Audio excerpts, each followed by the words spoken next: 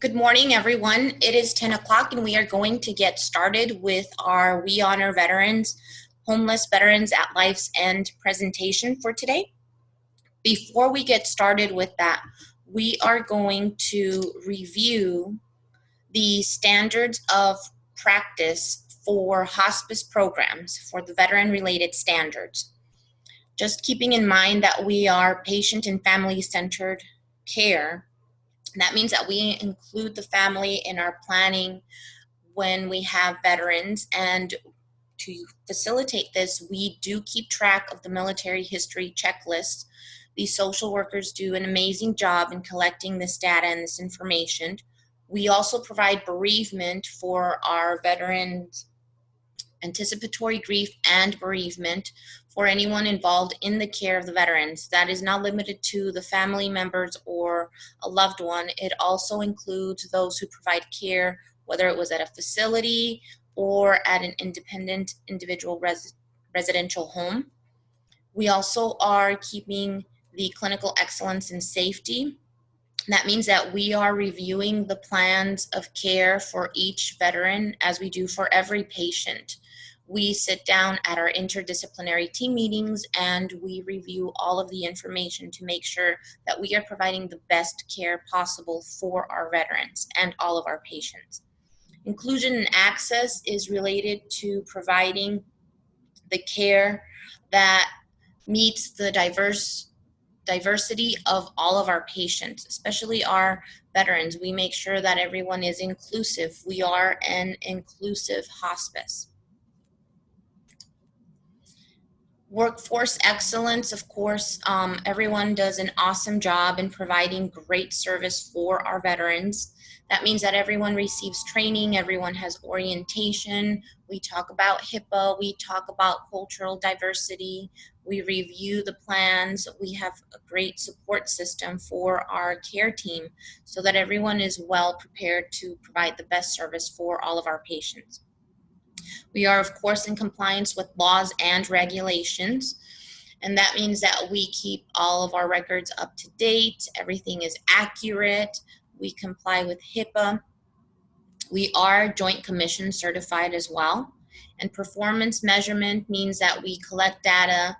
That means that we are continuously looking at what we are doing, assessing, and always finding ways in which we can improve our services. So next we're going to go ahead and continue on with our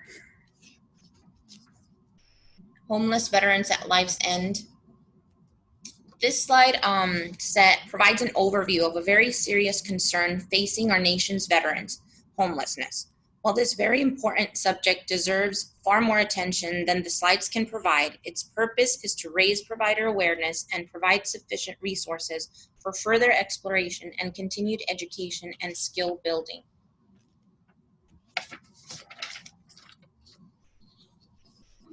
The Stuart B. McKinney Act was the first and remains the only major federal legislative response to homelessness.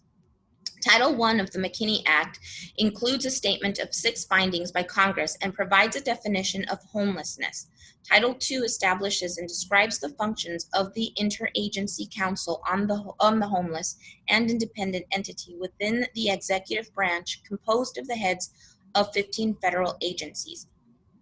Title III establishes and describes the functions of the Interagency Council on the Homeless and Independent Entity within the executive branch, composed, I read that twice. Title III of the McKinney Act authorizes the Emergency Food and Shelter Program, which is administered by the Federal Emergency Management Agency. Title IV authorizes the Emergency Shelter and Transitional Housing Programs administered by the Department of the Housing and Urban Development, including the Emergency Shelter Grant Program, expanded from the program created by the Homeless Housing Act in 1986. The Supportive Housing Demonstration Program, Supplemental Assistance for Facilities to Assist the Homeless, and Section 8 Single Room Occupancy Moderate Rehabilitation. Title V imposes requirements on federal agencies to identify and make available surplus federal property, such as buildings and land, for use by states, local governments, and nonprofit agencies to assist homeless people. Title VI authorizes several programs administered by the Department of Health and Human Services to provide health care services to homeless persons, including the Health Care for the Homeless program, a community mental health services block grant program, and 2 demonstration programs providing mental health and alcohol and drug and abuse treatment services to homeless persons. Title VII of the McKinney-Vento Act authorizes 4 programs: the Adult Education for the Homeless program and the Education of Homeless Children and Youth program, both administered by the Department of Education; the Job Training for the Homeless Demonstration Program and administered by the Department of Labor, and the Emergency Community Services Homeless Grant Program administered by the Department of Health and Human Services. Title VIII amends the food stamp program to facilitate participation in the program by persons who are homeless, and also expands the temporary emergency food assistance program administered by the Department of Agriculture. Title IX of the McKinney-Vento Act extends to the Veterans Job Training Act. If you are interested in reading more about this, you can go to mentalhealth.com, samhsa.gov, and look at the McKinney Act.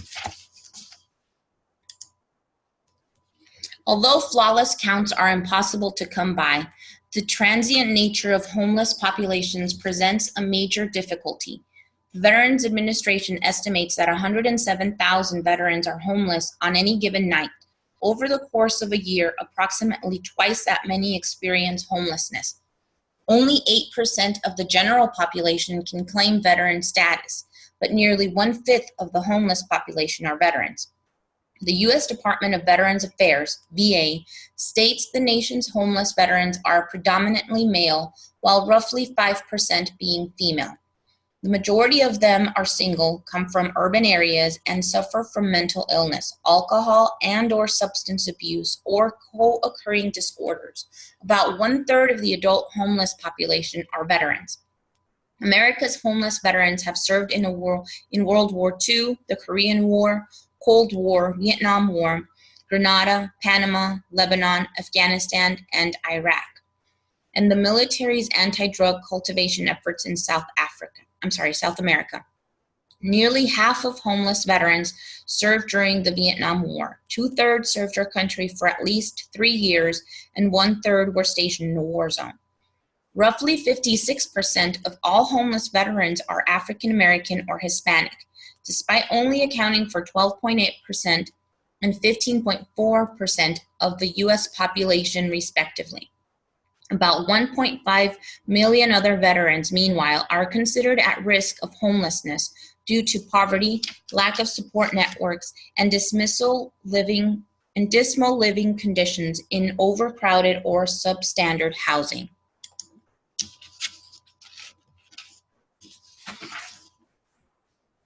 But why are veterans homeless? In addition to the complex set of factors affecting all homelessness, extreme shortage of affordable housing, livable income, and access to health care, a large number of displaced and at-risk veterans live with lingering effects of post-traumatic stress disorder and substance abuse, compounded by a lack of family and social support networks. A top priority is secure, safe, clean housing that offers a supportive environment which is free of drugs and alcohol. While most homeless people are single, unaffiliated men, most housing money in existing federal homelessness programs, in contrast, is devoted to helping homeless families or homeless women with dependent children. According to Is Homelessness a Housing Problem? In Understanding Homelessness, New Policy and Research Perspectives, published by Fannie Mae Foundation in 1997. So how many homeless veterans are there? In March 6 of 2008, the news release of Department of Veterans Affairs announced the number of veterans homeless on a typical night has declined 21% in the past year, thanks to services offered by VA and its partners in community and faith-based organizations. plus changing demographics and improvements in survey techniques. The reduction of homeless veterans from more than 195,000 to about 154,000. The VA provides health care to about 100,000 homeless veterans and compensation and pensions to nearly 40,000 annually. The department offers homeless veterans employment assistance and help obtaining foreclosed homes and excess federal property, including clothes, footwear, blankets, and other items. The department has approved funding for more than 12,000 beds in transitional housing programs and provides about 5,000 veterans each year with residential services in VA hospital-based programs. Other factors in the decline of homeless veterans include the substantial reduction in the number of poor veterans, from 3 million in 1990 to 1.8 million in 2000, and improvements in counting homeless people. So who are homeless veterans? The U.S. Department of Veterans Affairs says the nation's homeless veterans are mostly males, 4% are females. The vast majority are single, most come from poor, disadvantaged communities, 45% suffer from mental illness, and half have a substance abuse problems.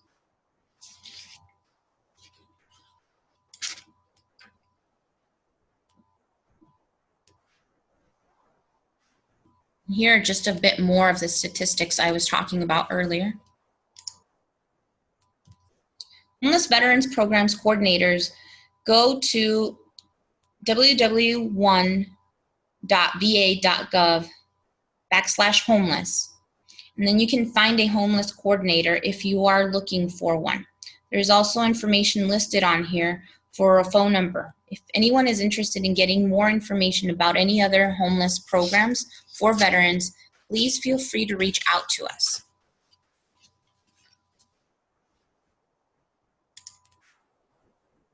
There are prevention services, housing services.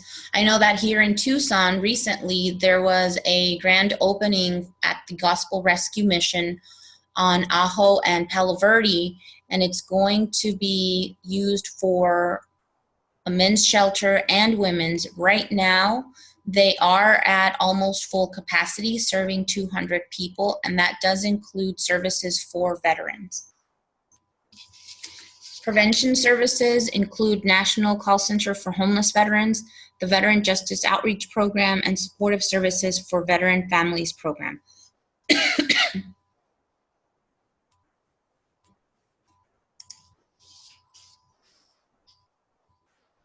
The VA has founded a national call center for homeless veterans. That phone number is 1-877-4-AID-VET. That's 1-877-424-3838. There is also healthcare for reentry, and this is a program designed to address the community reentry needs of incarcerated veterans. The Veteran Justice Outreach is to avoid the unnecessary criminalization of mental illness and extended incarceration among veterans by ensuring that eligible justice-involved veterans have timely access to VHA mental health and substance abuse services when clinically indicated. The Supportive Services for Veteran Families Program is a new VA program that will provide supportive services to very low-income veterans and their families who are in or transitioning to permanent housing. The VA will award grants to private nonprofit organizations and consumer cooperatives who will assist very low-income veterans and their families by providing a range of supportive services designed to promote housing stability.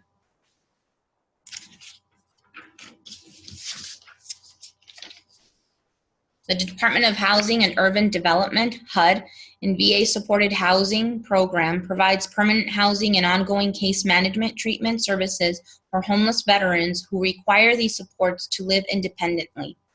The Grant Per Diem program is offered annually as funding permits by the VA to fund community-based agencies providing transitional housing or service centers for homeless veterans. The supported housing is like the HUD program identified earlier. The staff in the VA supported housing program provide ongoing case management services to homeless veterans. The healthcare for homeless veterans is the core mission of their program is primarily to perform outreach and provided by the VA social workers and other mental health clinicians to identify homeless veterans who are eligible for VA services and assist these veterans in assessing appropriate healthcare and benefits. The veteran stand downs are one part of the Department of Veteran Affairs efforts to provide services to homeless veterans. They're typically 1 to 3 day events providing services to homeless veterans such as food, shelter, clothing, health screenings, VA and Social Security benefits counseling, and referrals to a variety of other necessary services such as housing, employment, and substance abuse treatment. The Veteran Dental Program increases the accessibility to quality dental care to homeless program patients and to help assure success in VA-sponsored and VA partnership homeless rehabilitation programs throughout the United States. The domiciliary program is designed to provide state-of-the-art, high-quality residential rehabilitation and treatment services for veterans with multiple and severe medical conditions, mental illness, addiction, or psychosocial deficits. The drop-in centers provide a daytime sanctuary where homeless veterans can clean up, wash their clothes, and participate in a variety of therapeutic and rehabilitative activities. Linkages with longer-term assistance are also available.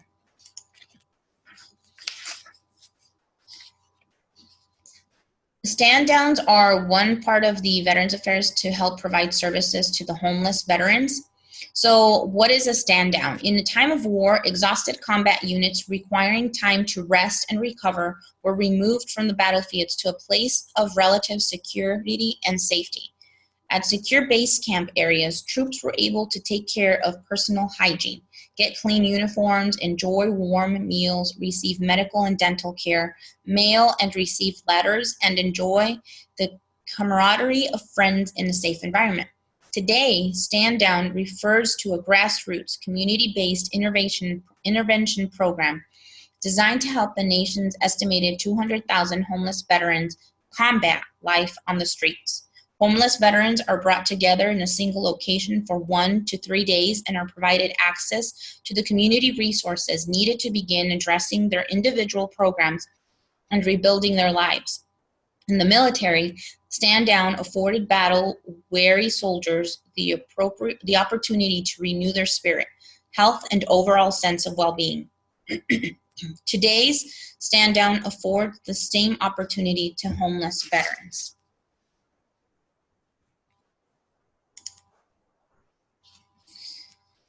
Compensated work therapy is a program for disadvantaged, at-risk, and homeless veterans who live in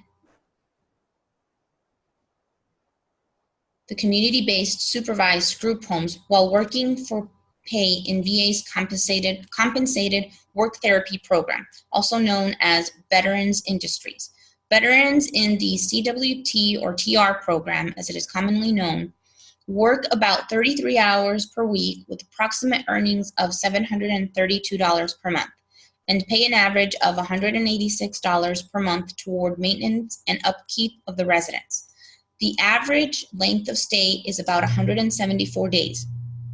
VA contracts with private industry and the public sector for work done by these veterans who learn new job skills, relearn successful work habits, and regain a sense of self-esteem and self-worth.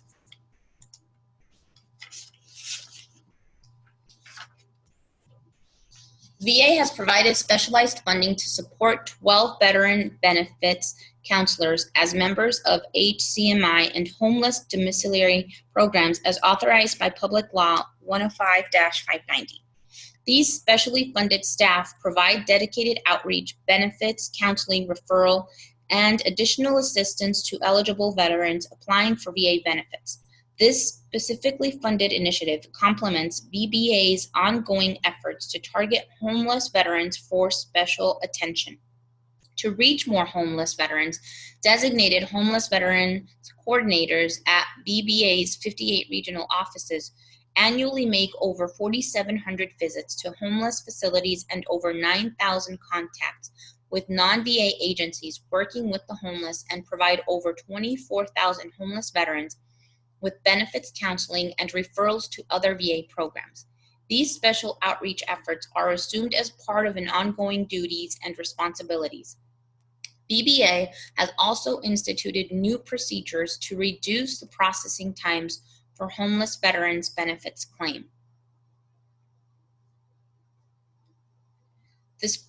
The Property Sales for Homeless Providers is a program that makes all the properties the VA obtains through foreclosures on VA-insured mortgages available for sale to homeless provider organizations at a discount of 20 to 50%, depending on the time at the market. The Excess Property for Homeless Veterans is an initiative that provides for the distribution of federal excess personal property such as hats, parkas, footwear, socks, sleeping bags, and other items to homeless veterans and homeless veteran programs. A compensated work therapy program employing formerly homeless veterans has been established at the medical center in Lyons, New Jersey, to receive, warehouse, and ship these goods to VA homeless programs across the country. You can support the emergency shelters by donating personal care items. You can also volunteer. There are plenty of opportunities. Here with Harmony Hospice, we are looking for veterans to be a part of our vet-to-vet volunteer program. And if you know someone that is not a veteran and is interested in volunteering with our veterans or our hospice patients, please direct them to call 520-284-9334. You can also help out by help to raise funds. You can contact churches, civic and business groups, schools, and veteran service organizations for contributions. You can also volunteer at stand down programs, which are the 2 to 3 day events that provide a lot of resources for the homeless veterans. And then there is also the way you can help out is by developing homeless veteran burial programs. These are programs that have been developed over the last few years to ensure the homeless veterans receive proper burial with military honors.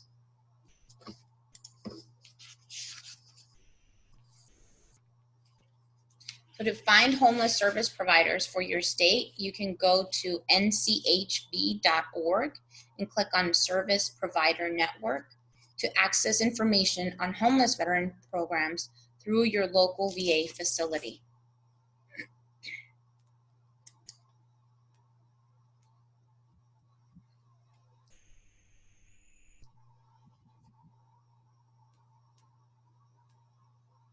Harmony Hospice also helps those veterans that are on hospice with assistance by finding resources for them and helping them to complete their end of life planning.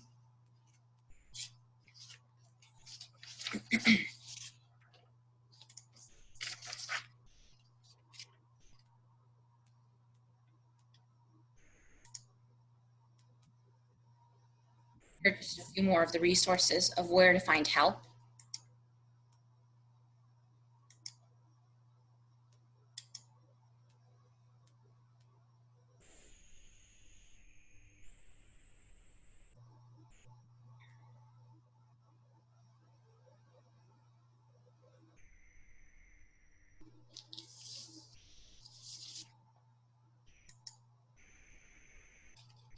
Project Challenge requires that local medical centers and regional office directors assess the needs of homeless veterans living in the area.